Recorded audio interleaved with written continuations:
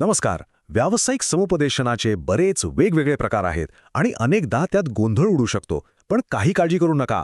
आज आपण समुपदेशनाच्या याच गुंतागुंतीच्या जगात शिरणार आहोत आणि प्रत्येक दृष्टिकोन अगदी सोप्या भाषेत समजून घेणार आहोत. बरं, सगळ्यात आधी एक प्रश्न मनात येतो की समुपदेशन सत्रात नेमकं घडतं तरी काय? हा प्रश्न खरं तर अनेकांना पडतो.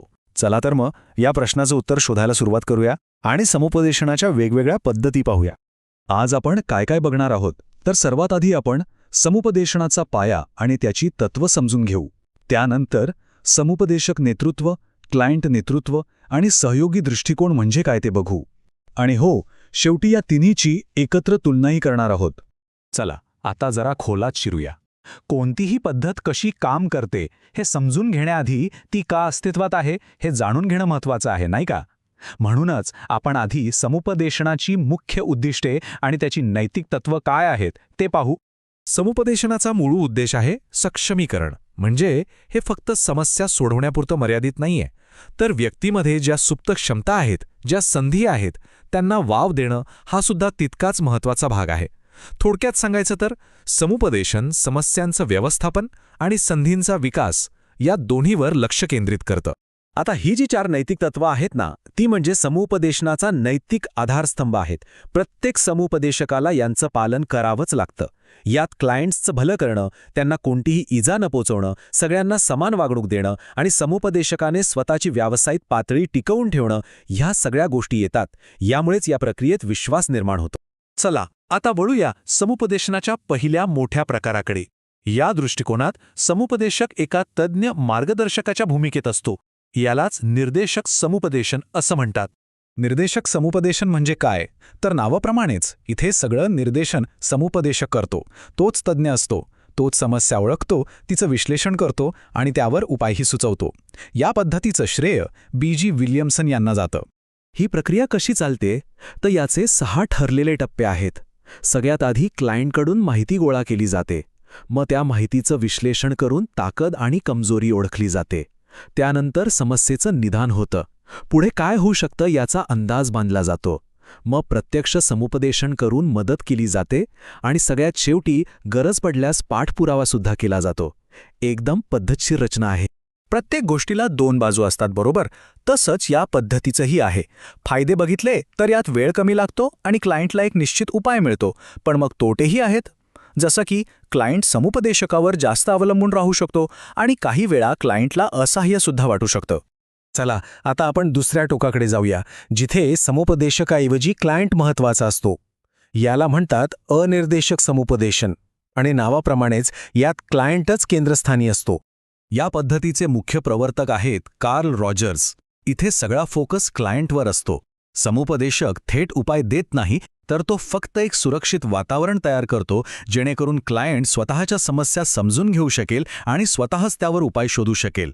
म्हणजे इथे समुपदेशक फक्त एक मदतनीस किंवा मार्गदर्शक असतो.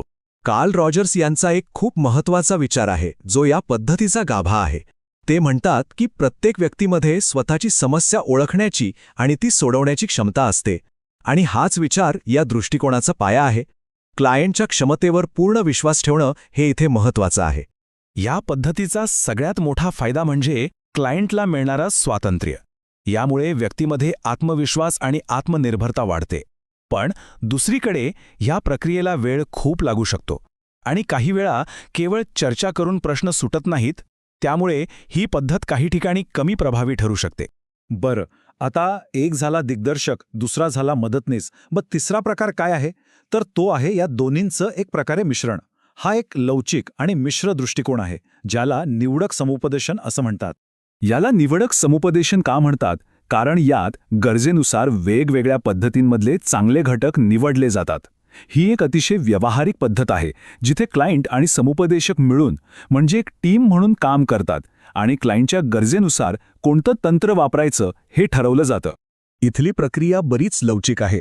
इथे सगळ्यात आधी क्लायंटच्या गरजा आणि व्यक्तिमत्वाचा अभ्यास केला जातो. मग दोघांनी मिळून योग्य तंत्र निवडलं जातं. ते वापरून पाहिलं जातं, त्याचा परिणाम तपासला जातो आणि त्यानुसार पुढे समुपदेशन दिलं जातं. आणि हो, सगळ्यात महत्त्वाचं म्हणजे वापरलेल्या तंत्रांबद्दल क्लायंटचा अभिप्राय घेतला जातो. या दृष्टिकोनाची लवचिकता हाच याचा सर्वात मोठा फायदा आहे. त्यामुळे ही पद्धत अनेक ठिकाणी वापरता येते. पण याच कारणामुळे ती कधीकधी अस्पष्ट वाटू शकते आणि जिथे समुपदेशक आणि क्लायंट दोघांनाही समान अधिकार असतात तिथे कधीकधी त्यांच्यात संघर्ष निर्माण होण्याची शक्यता नाकारता येत नाही. चला तर मग आतापर्यंत आपण जे काही बघितलं ते एकाच ठिकाणी समोरासमोर मांडून बघूया. म्हणजे या तिन्ही दृष्टिकोनांमधला फरक अगदी सहज आणि स्पष्टपणे लक्षात येईल. ह्या टेबलमध्ये बघा तिन्ही दृष्टिकोनांमधला फरक किती स्पष्ट दिसतोय. निर्देशक पद्धतीत समुपदेशक कसा आहे तर एक ॲक्टिव्ह एक्सपर्ट किंवा दिग्दर्शक.